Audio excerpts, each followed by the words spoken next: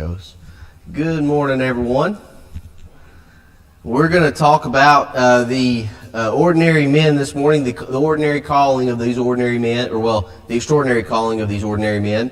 But before we do, just a few things to remember. Today is Graduate Sunday, so tonight there will be finger foods after services, and the graduates will have their table set up if they'd like to do that. And so if you want to bring cards or anything like that, there'll be somewhere to put those on their table, their individual tables. We have 5 graduates, and so this morning, immediately following service, there'll be a presentation of Bibles for those graduates. And so there's, I think, at least one that won't be here this morning, so we'll do his tonight. But we're excited for them, and we'd love for you to stick around tonight after services for some finger foods, just to acknowledge them and their achievement of graduating high school and kind of pursuing the next step in their lives and their planning for their future. So that'll be today, and so right after probably, I don't know if it'll be before the announcements or after the announcements, but before the closing prayer, we'll do kind of an acknowledgement of those graduates and have a prayer for them. So we're excited for them, but keep that in mind. Also remember, VBS is coming up. It's the second week of June, starting on June the 8th. And we will have an adult auditorium class each night as well. And so that'll be Sunday through Wednesday of that week. We're excited about that. The theme this year is Inside Out, which, if you don't know that, it's a kids movie dealing with the emotions that kids kind of deal with and struggle through, and not just kids, but all of us. And so we'll be looking at those emotions and connecting them with Scripture and how to navigate those things. So we're excited about that. There's a lot of work coming up for that, so be prayerful and mindful of all those things. There's a lot of other things going on that I don't really remember, but I just want to kind of start off with that so you remember today is that Graduate Sunday. But we've been looking at kind of the men that were called, and we started off just mainly looking at what it is to be called in the first place. And as we thought about people like Noah, who was called to build the ark, and we thought of Moses in Exodus 3 being called from the burning bush, and we took some time to think about that. And I always like to ask the question just to see what other people think, but you might know the answer because I've asked you before. But you know, when you think of Moses in the burning bush, why do you think God chose that method to talk to Moses? By the way, there's not an actual answer we know for sure, so don't be nervous. Do you have any thoughts? Why do you think maybe God said, I want to talk to Moses through a burning bush? Okay, well, yeah, if you saw a bush on fire that was not actually itself being burned, you just saw flames all around it, not consuming it, that'd get your attention, right? In fact, if you see fire, it gets your attention. Especially if you're a guy, we're just drawn to fire. I don't know what it is. It's like we all of a sudden know whatever else is going on around us, we see fire, and we're like, awesome, right? But, okay, so it got his attention, number one. But what else? You think of Samuel. We talked about Samuel too. He just talked to him in a dream. He could have done that with Moses. Why do you think he...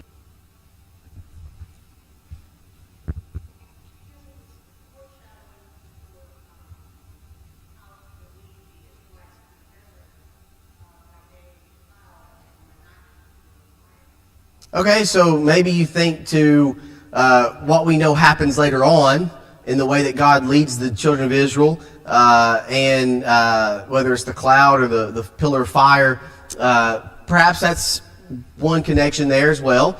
Let me ask you this. Do you think it was going to be really difficult and there were going to be a lot of, well, we know it was because we saw what happened. Do you think it was easy to deal with the children of Israel? We asked that question. No. Now, not trying to beat them up, but when you have a whole lot of people with a whole lot of personalities, those clash at times. So it's going to be tough just dealing with them, period. Do you think it's going to be difficult getting them out of Egypt in a sense, like that whole process? They're in the wilderness for all these years. So you think about what Moses ended up doing. God's calling him to do this. I don't know if this is the answer, but to me, I wonder if maybe this is in some way related. Maybe God chose a burning bush because what he's calling Moses to is going to be really difficult. And it's going to feel at times like you're surrounded metaphorically by fire. like you feel like you're about to be consumed with the task at hand. And not consumed with, but consumed by the task at hand. You ever feel so overwhelmed? Maybe you think of the phrase drowning because of everything just piling on top of you. Or in the sense of fire, you're so surrounded by all this intensity, you feel that it's about to just consume you in a very negative way. Perhaps God chose a burning bush to say to Moses, what I'm calling you to is not going to be easy. In fact, it's going to be very difficult. And you're going to feel at times like you're surrounded by this fire that's just kind of closing in on you. We see that same imagery in the New Testament with the word affliction in 1st and 2nd Thessalonians. You know what a nutcracker is? And you know that pressure you feel right before it finally cracks open? That's the word affliction. And you think of the church, they're so surrounded by all of this persecution. Seems like there's this fire all around them. That word affliction, that concept is it's about to crush you. And Paul tells the church at Thessalonica to have an abounding love for each other, to overflow with love and bless each other and help each other through that so they're not overtaken by all this stuff. But coming back to the burning bush, it's this idea that you're going to feel like it's almost about to be too much. But let me draw your attention to this bush. Notice that the bush is not burned by the fire. And why wasn't the bush burned by the fire? Not just because God kept that from happening, but a little more specific than that. Why was the bush not consumed with fire? Yes, God kept it from happening, but how did he keep it from happening? Where was his presence? There, in the bush, right? Think about Shadrach, Meshach, and Abednego thrown into the fiery furnace in Daniel 3. Nebuchadnezzar looks in, and what does he see? 3 men or what? He sees 4, right? And those 3, thanks to the presence of the 4th, were not consumed by the fire. They didn't even smell like smoke. Nothing was singed except the ropes, the cords that bound them. You ever been around fire for more than 2 seconds and not smelled like smoke? Right? No. Or been close to a fire and maybe a little spark or ember flew up and got on your clothing or something and burned a little bitty hole in a shirt maybe. They were in it. Yet the presence of God represented there kept them from being consumed by it. I wonder if the call of God is like, look, I know I'm calling you to something difficult and overwhelming. It's going to be a lot. But if you'll just trust in me, remember, I'm going to be with you through this. And as long as I am with you, no matter how hot the fire feels, no matter how intense it gets, you'll not be overcome and consumed by it. It won't take over. Terry.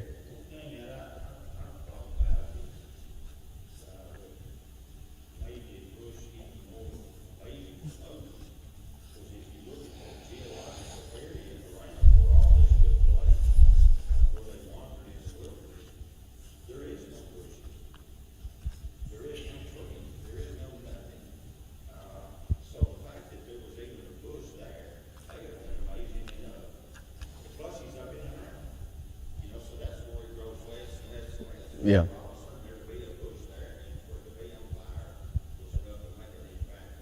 Yeah. Yeah, the area where he was, there'd be very little bushes. Then as you go up a mountain, it's going to be less and less and less too. And so that factored in with everything else, it's a very powerful moment. And in it, I want to make a connection to kind of us here. And there's a lot of connections we can make. But God called Moses to a very important thing, but he didn't expect Moses to do it without God being with him. And that was provided as a comforting reminder. And as long as God was with him, he's not going to be overtaken. What kept the disciples from being overtaken by the storm in Mark 4 when they're in the boat? The presence of Jesus on the boat. Yet we know in that moment their attention, they're in verses 35 through 41, they're shifted from we're with Jesus to we're going to die because of the storm. And they forgot that the one who could calm the storm is the one that was in the boat with them. And that's kind of what storms do in life. They distract and they pull our attention away from the truth that we know in God and in Jesus. And if you think about that burning bush, and if that was in any way connected there, I'm going to be with you so you won't be consumed. Remember what is said to the one that follows Moses in Joshua. we sing a song. I'm not going to sing it because I'd like you to come back and visit with us again if you're visiting. And I'd like you to stay here if you're members already. So I'm not going to sing it and ruin everybody's morning. But be strong and courageous and do not be afraid. But why? Why should you be strong, courageous, and not afraid? The Lord is with you and goes with you each and every day. It's in Joshua. Now Joshua is taking up the mantle of leader after Moses dies. And that's the comforting words that are given. The presence of God should give us comfort to trust in Him to move forward in the call we've been given. And you think of Moses, but then come to the New Testament, Matthew 28, the Great Commission, verses 18 through 20 there, Jesus starts reminding them, I've got authority. All authority has been given to me in heaven and on earth. And so He's setting it up to say, what I'm about to say, I've got the authority to say. And then He says, go and teach all nations and make disciples of all these people and baptize them and teach them. And it's this teach, baptize, teach, that's making disciples. But through all of that, go into all the world, go and teach all nations, go and baptize, make disciples, teach them again. Does that sound kind of like a lot? I would hope all of us would say yes, because some people struggle with the concept of go into McMinnville or go into Chattanooga or go into wherever you live. And so the concept of the whole world is pretty overwhelming, right? Now, how does He end that, though, in Matthew 28? Lo, I am with you always, even to the end of the world or the end of the age. And so as we think of the call of God, and we look at people like Moses, and we look at all those that followed after Moses, whether it is Samuel or whether it is Isaiah in Isaiah 6 and verse 8, the people that responded to the call of God. You look into the New Testament, we talk about these 12 men, these ordinary guys, these fishermen and these tax collectors, these everyday people that weren't the most educated, that weren't the highest respected spiritual leaders. They weren't Pharisees, they weren't scribes, they were none of those religious sects, they weren't members of those groups, they were just people. And those are the ones Jesus picked to follow Him. And in that, there's this reminder, the call is great, but we can do it because our Lord is great. And we're not alone in it. He's given us each other, but He's also promised His presence. When He said, I'll never leave you nor forsake you, that's a promise He's kept and that He does keep. And so, last week we talked about Peter.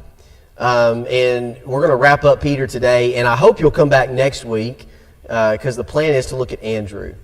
And if you think about those two brothers, we obviously know a whole lot more about Peter, right?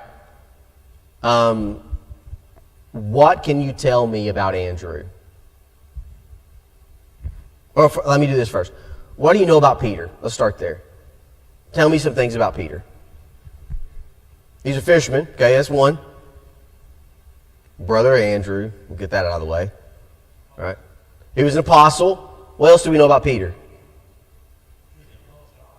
Oh, he was impulsive. Is that what you said? Yeah, okay, he was impulsive. Yes. He was also an apostle, but he was impulsive. And what else? Look, he's given us plenty of material to work with here. What'd Peter do? What'd he say? Well, I know it's Sunday. It's 9:47 a.m. on a Sunday morning, about to be 9:48. I know you're tired from a weekend. I get it. He was what? Yeah, he's the one that made the confession in Matthew 16, Jesus is the Christ, the Son of the living God. And that's when Jesus says, blessed are you, Simon, son of Jonah. And then He talks about building His church, right? So He made that confession. What else did He do? I'll give you one hint. It involved an ear and a sword. He cut off Malchus's ear when they came to arrest Jesus. He denied Jesus 3 times. What else? He walked on water in Matthew 14, 22 through 33. Love that story about in the life of Peter. Great moment of faith. Also a moment that reminds us what happens when we take our eyes off of Jesus and start looking at the storm around us. We start to sink. What do you do in Acts 2? There you go. He preached what we say the first gospel sermon, the good news of Jesus. Acts chapter 1, Jesus finally ascends to be with the Father after his resurrection and being with the disciples for so many days. Now he's with the Father. And then Acts 2, you have the first gospel sermon preached. He's the one when Jesus is on the shore in John 21. Remember when Jesus says, do you love me? Feed my sheep. Do you love me? Does that 3 times, kind of going back on the 3 denials. But right before that happens, he's the one when there's this person on the shore. They don't really know who it is. They fished all night. They can't catch anything. You know, what do we tend to do, or where do we tend to go when we're overwhelmed and stressed? We go to what's comfortable. Maybe to relax, to think, to take a break. And these, at least 4 of them were fishermen. So they go back to fish, and they caught nothing all night. Jesus is on the shore, and he says, cast again. They do. And then John, I believe it is, says to Peter, it's the Christ, it's Jesus. And Peter's the one that jumps out of the boat. Instead of just wait, I mean, they weren't that far off the land, like maybe 1 or 2 football, 100, 200 yards maybe. Peter jumps out of the boat. He can't wait. He swims all the way back to shore, which makes sense, because could you wait if what still hung in your mind was the fact that you denied Jesus 3 times? So he jumps in the water and he swims all the way back to shore, and then they have breakfast by the sea, and then eventually Jesus has that conversation with Peter. And Peter, like us, he's asked, do you love me? And then Peter does this kind of, yeah, I love you, and all this. But then after he's told to feed the sheep 3 times, Peter does this thing like we do. He says, but what about him? And it says he sees the disciple whom Jesus loved walking off, and says he kind of asks about him. So he's asking about John. And Jesus, basically, to sum it up in our words, says, you don't worry about him. He'll do what I want him to do, or, you know, I've got plans for him. Don't worry about him. I've called you. And in the call of God, that's typically one of the things that I think we struggle with too is, but what about that person? Let them do it. And we get in this compare game. Ministry, it's really easy to start comparing. I'm not as creative as this person. When I was a youth minister, that was a big thing for me, is I'm not super creative. I try to be, but I'm not always the best at the creativity part of it. And so I would see these other youth ministers that were so creative, and I would be like, man, I wish I could be more creative like that. And so you start getting this comparative game, or you look at maybe this youth group is this size, or this one is this size, and that one is this size, and then mine is this. You start doing all this comparing and everything, and then you think that you're a less than minister because of whatever. And same thing can be true for preaching. Well, I'm not as creative in my illustrations, or I'm not as good at this, or I wish my delivery was better. I wish I had the voice of Brother Bill Zeckman. He's got that awesome radio voice that you can just listen to. And so you think, and you start comparing, and that's the devil trying to get in, because if we're so busy comparing ourselves to everybody else, then it keeps us from actually doing what you and I have been called to do. And Peter has that moment of comparison. But he had a lot of raw material. So you think of Peter, we're going to talk about his raw materials that make a leader in a second. There's a lot to know about Peter. I thought you guys would be more vocal at that point. I don't like this auditorium in class. It's just like we disappear in here. People just sit. Brother Bob. Yeah? Yeah. Yeah, we joke about him being the apostle with a foot-shaped mouth. We think about the fact that he was the one that walked on water, but also at the same time he sank. We think about the time when Jesus washed the disciples' feet, and Peter says, "You're not going to wash my feet." And then Jesus says, "Well, you have no part with me." And he says, "Okay, well, wash not just my feet, but my whole body." And Peter has these moments where he does great things, and these moments where he messes up a lot, and he's got these failures, and he could let failure define. The big one being the denial of Jesus, but he doesn't. And we see others that don't let their failures define them too. David and Goliath was a great, awesome moment. David and Bathsheba was a tremendous low in the life of David, and he could have let that be defeating. But I think what makes David a man after God's own heart is not as much his defeat of Goliath as it is his response to what happens with Bathsheba after the fact.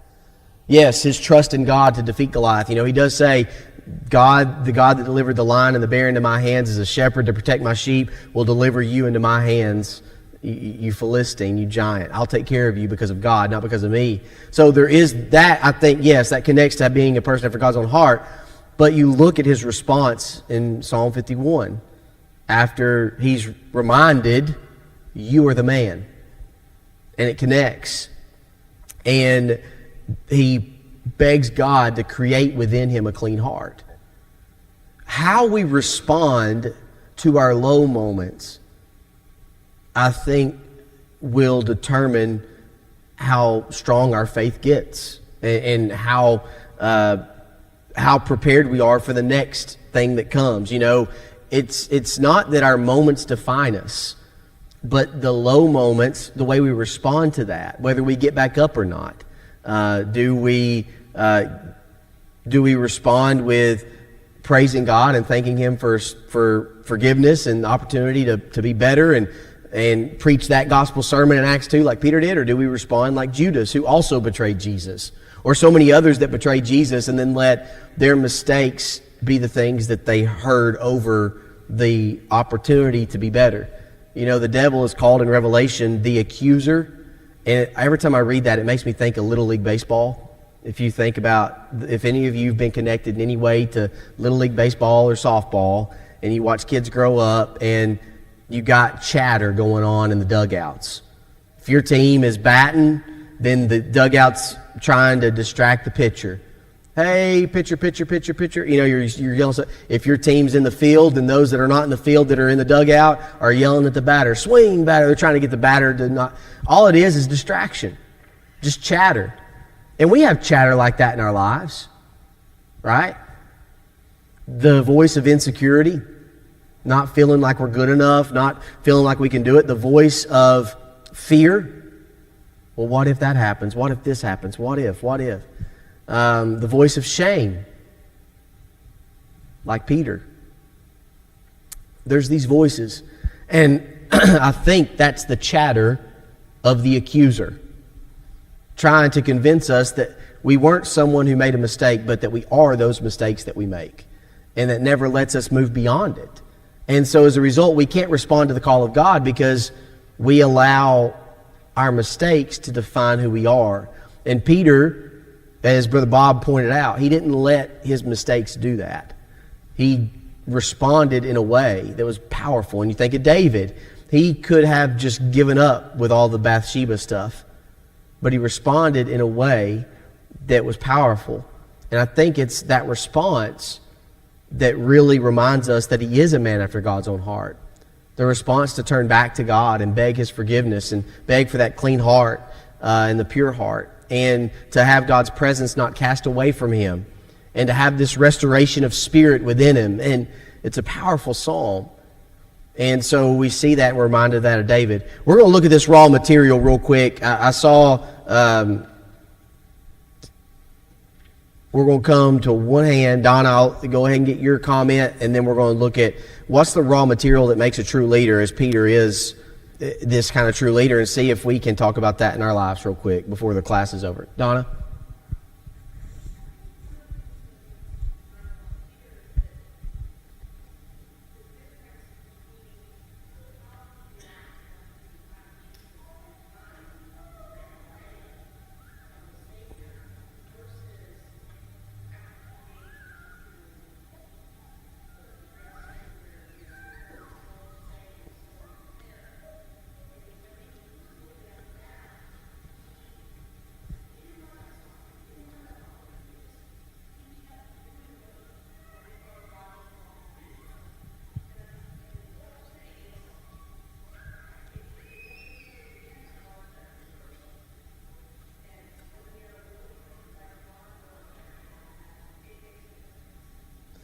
Yeah, was the Peter in Acts 2 the same Peter that we read about in those foot-shaped mouth moments?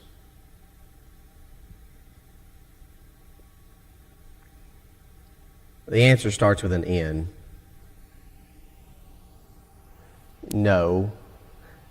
To some extent, sure, obviously, but my point is there was growth and maturation. He had to get to that point. He had those raw materials that make a leader, but those things that could be used in a very good way was at times the things that got him in trouble. Brother David said that he was very impulsive. We know that about Peter. Very reactionary. He just, like when Jesus was walking on water in Matthew 14. Okay, well, if that's really you, Jesus, let me come out there. And he says, okay, and he just gets out of the boat and starts walking on water. He's very impulsive like that. And that's not necessarily a bad thing, but sometimes those things that make a good leader, those qualities have to be honed and they have to mature and grow so we can be who we really were meant to be. And there's this maturation process. And Peter, when he's initially called, is not the same Peter in Acts 2. He's matured. Think about what all took place for him to get to that point. How many times Jesus had to kind of call him out and remind him that he was acting like the old Peter, the old Simon.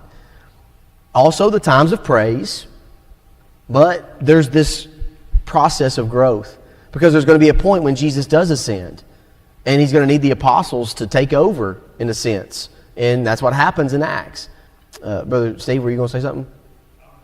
In thinking about Peter, he matured. He was different in Acts 2 than he was prior to that. But yet, he's just like, he's human. And he still made mistakes, and he continues to mature, just like Romans 12:1 and 2 tells us. Yeah. That we're being transformed. Peter in Galatians chapter 2, Paul. Verses 11 and 12, yeah. Again, and that's after. Peter's maturation is not perfection. Yeah. And ours isn't either. Right. Just because you get to a point, We learn it all the time. right. One of my mentors, he was an elder of mine when I was at Las Casas, and he was one of those. He was in his early 80s at the time, and he would read 2 to 3 books at a time, and I don't mean like this, obviously, but he would have he would be reading through a couple of books at a time, but one of the things he always told me was never stop learning, and that was meant to be like study, read, keep growing, not just Bible books, but also just books about life and just books in general, and not even just books, but tasks and learning and growing and maturing. Never stop learning and being a student. And with Peter, that's another thing we need to remember. He was like us, like Brother Steve said, and he was not perfect. And even after Acts 2, the awesome moment there, and yes, he's matured, but then Galatians 2, he's nervous about the Jews. What they're going to think or say when they see him spending time with the Gentiles. The Jews that still didn't accept the Gentiles, that still demanded that any Gentile be circumcised, and all these other things. And so with all that, Jews walk up, Peter removes himself from the Gentiles and goes with the Jews. And then Paul calls him out, Galatians 2:11 and 12. And he says, you can't do that. Paul says, I withstood him to the face. That was the phrasing. I don't know the last time you said that about somebody, well, I withstood him to the face. But that's the way he worded it. I called him out. That's what we would say. I confronted him and said, you can't do that. So even though you've got all this maturation, there's still humanity. And that is not to be celebrated. It's just a reminder we're not perfect. And we're not going to have it all together. We're going to still make mistakes along the way. We're still like the fossil in the ship. Yeah. We're seeing Christ, but yet we still see we let ourselves be distracted by all the things that are around us. If the noise is loud enough, we'll look. And that's kind of the devil's plan. Right now, if there was a loud bang in the lobby, I bet every person in here would turn around and look, except those of you that are asleep. You would just wake up. But everybody else would turn and look at the direction of the loud noise. That's just our human response. And I think the devil sometimes is in the business of making it so chaotic and loud that it's almost like we naturally turn to look at what's going on around us. But in that, we then start to spiritually sink the moment we take our eyes off Jesus. I know we're running out of time, so let's just talk about some of this. So we know a lot about Peter. That was the point of asking, what do we know about Peter? And there's kind of some raw materials that make up a good leader. And one of those is inquisitiveness. Asking questions, searching for answers. You want someone who asks a lot of questions. People who are not inquisitive really don't make good leaders. They got to figure out problem solving, all these other things, and problem solving involves question asking and searching for answers. And Peter obviously was very inquisitive. He was also, and he took initiative. He had that quality within him. If a man is wired for leadership, then he will have drive and ambition and energy. And Peter obviously had those things. He often charged right in where maybe we would say even angels feared to tread at times. And he would say things, and you'd be like, why did you say that? Or he would do things, you'd be like, what are you doing? Yet, that was just Peter. When he cut off Malchus's ear, like we were talking about, when they came from Fort Antonia, those Roman soldiers, they came to arrest Jesus. All three of the synoptic gospels, Matthew, Mark, and Luke, they all say that there was a great multitude that were armed with swords and staves. Now, how many is a great multitude? Well, I don't know. But one thing I know is a typical Roman cohort, if you think about them coming in, would consist of 600 soldiers. Okay? So, in all likelihood, there were hundreds of battle-ready Roman soldiers. Now, their Roman soldiers are muscular, strong, powerful, good with weapons. You fear them. I mean, you just look at him, you're like, man, he is strong and very muscular, power. Kind of like if looking at me right now, that's a typical Roman soldier. Some of you are still awake. Some of you are just like, man. They were. Thanks, Terry. Appreciate that a lot. Hey, Jesus went to a short man's house for food, so in Luke 19. But no, you think of the Roman soldiers, they're very, they're people that would be feared. And so you've got these well-trained, muscular guys coming in, these soldiers, hundreds. And Peter, with a little sword, cuts off one of their ears. Just think about that. The repercussions of what could have happened.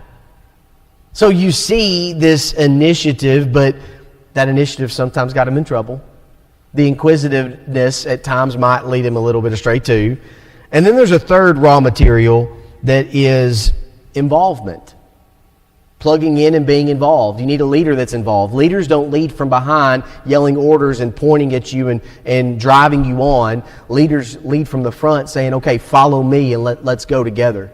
I love the movie Remember the Titans, and I'll never forget one of the quotes in that movie as Gary Bertier is questioning Julius and his attitude and how poor his attitude is. And he calls him out at camp. And Julius responds with, attitude reflects leadership, Captain. And then walks off. And it's like, hey, you don't like my attitude, lead better. Now, I'm not saying that should be your attitude, right? Don't say that.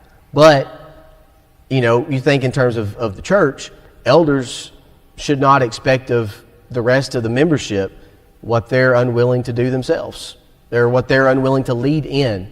They should lead and do it as, like when Jesus called us to do things or to be a certain way he always would call us to it, but then he would do it himself. He would lead by example. And he set the example. He doesn't call us to do something that he himself didn't do. And so that I think when you think of leadership, you need a leader who is involved. And so when I think of those raw materials, Peter had the raw materials there, but you got to work on it and cultivate it, mature it, help it to grow. And that's kind of where Peter was and what he needed to do. You have life experiences that happened with Peter that helped shape him into who he was. And then the character qualities. And this is kind of where we're going to end. Character produces respect. And then respect will then produce trust. And then trust will motivate people to follow. And so you need someone of high character. He had the raw materials for becoming a leader, and that was important. He had life experiences that helped hone and sharpen those raw materials along the way. And we talked about some of those earlier, those experiences he had as he followed Jesus in his ministry. But the real key to everything and the essential foundation to build upon is character. And it was the character qualities that Peter developed through that intimate association, friendship with Jesus, that ultimately made him a great leader, that made him the great leader that he became. J.R. Miller wrote, "The only thing that walks back from the tomb with the mourners and refuses to be buried is the character of a man. And what a man is survives him. It can never be buried." Character is important, and we think of Peter's character. One character quality he had was submission. He was submissive to the Lord. He is an example of submission by the way he submits to the Lord and to those in authority that over him. So Peter submitted to Jesus. He also learned, didn't have it initially, I don't think, but he learned restraint and what it is to have restraint. And then finally, another one was humility. He learned humility and love. So you look at these qualities that Peter had, and he wasn't perfect. He was an ordinary person like us, and even in his moments of great faith triumph, he would have moments of weakness. He walks on the water, and in the very next breath, he sinks because he looked away. He preaches the first gospel sermon. He does all these awesome things early in Acts and through Acts, but then there's this moment in Galatia when he has to be called out because he has kind of this weak moment of paying attention more to the Jews than to what was really right, and Paul had to bring him back to that. So we think of a man who had these great qualities but had to grow. You have raw material in your life as to who God made you to be.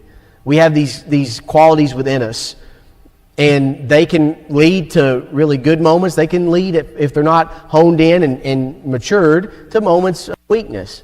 And the key in Peter was having, through life experience, those raw materials being shaped to help him be strong later.